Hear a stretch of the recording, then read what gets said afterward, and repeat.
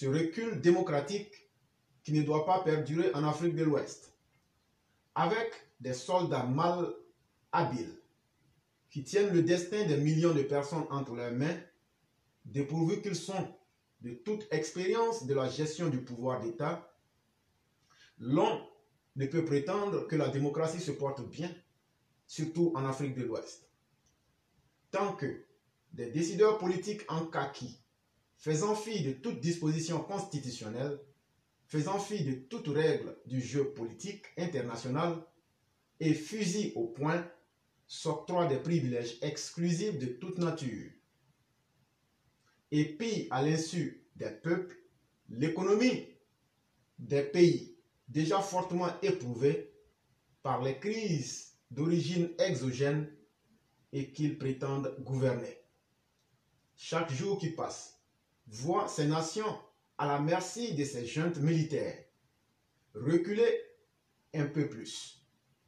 Du fait de la remise à zéro des systèmes politiques et économiques trouvés sur place, lesquels œuvraient pourtant du mieux que cela était possible à l'épanouissement politico-économique des pays qui les subissent. La vérité est que les sanctions adoptées par la CEDEAO ne freinent pas les ardeurs de mégalomanes excellents dans l'amalgame du totalitarisme et de l'oppression. De bien vilains systèmes que leur qualité de soldats couvre ou justifie naïvement du reste dans l'entendement de nombre de leurs concitoyens, lesquels en revanche sont toujours les grandes victimes des dites sanctions. Un état de fait dont se moquent royalement ces juntes. Tant que, fusil au poing, elles peuvent embastiller les populations dans une logique de gouvernance à durée imposée à la CEDEAO. Alors, il faudrait bien que celle-ci trouve mieux que des sanctions économiques qui, répétons-le, ne font souffrir que les pauvres habitants des pays qu'ils dirigent. Pourquoi, plus de 20 ans après l'avènement du XXIe siècle, c'est curieusement cette partie du continent qui demeure le terreau fertile à l'éclosion des régimes militaires. Un phénomène suranné et obscurantiste que ne vivent plus les régions australes, septentrionales et centrales du continent africain, résolument engagées, semble-t-il, dans la démocratie. Pourtant, l'Afrique a suffisamment expérimenté les affres des coups d'État militaires.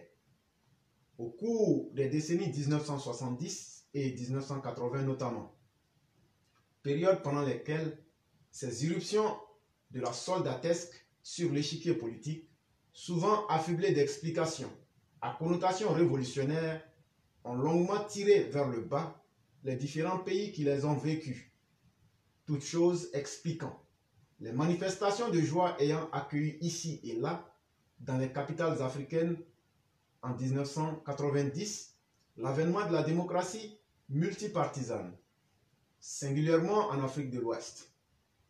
Le paradoxe est que, dans le traité revu de la CEDEAO, d'importantes dispositions portant sur la prévention des crises, comme celles tendant à inciter des dirigeants à la bonne gouvernance politique et économique, existent bel et bien depuis plusieurs années. Tout comme il est prévu des dispositions pour gérer ces crises une fois qu'elles auront, malgré tout, éclaté. Qu'est-ce qui ne va donc pas dans cette sous-région ouest africaine pour qu'elles subissent de façon endémique les fantasmes de ces militaires politocrates, lesquels sont, comme toujours, des tireurs embusqués, prêts à descendre du perchoir tout dirigeant démocratiquement élu, qui, pour une raison de gouvernance malmenée, tombe en disgrâce vis-à-vis de son peuple. La CEDEAO nous paraît tout simplement impuissante à solutionner ce problème, du moins pour l'heure. Cela dit, l'espoir d'un changement notable reste permis, malgré tout. C'était un article tiré du journal en ligne lebanco.net.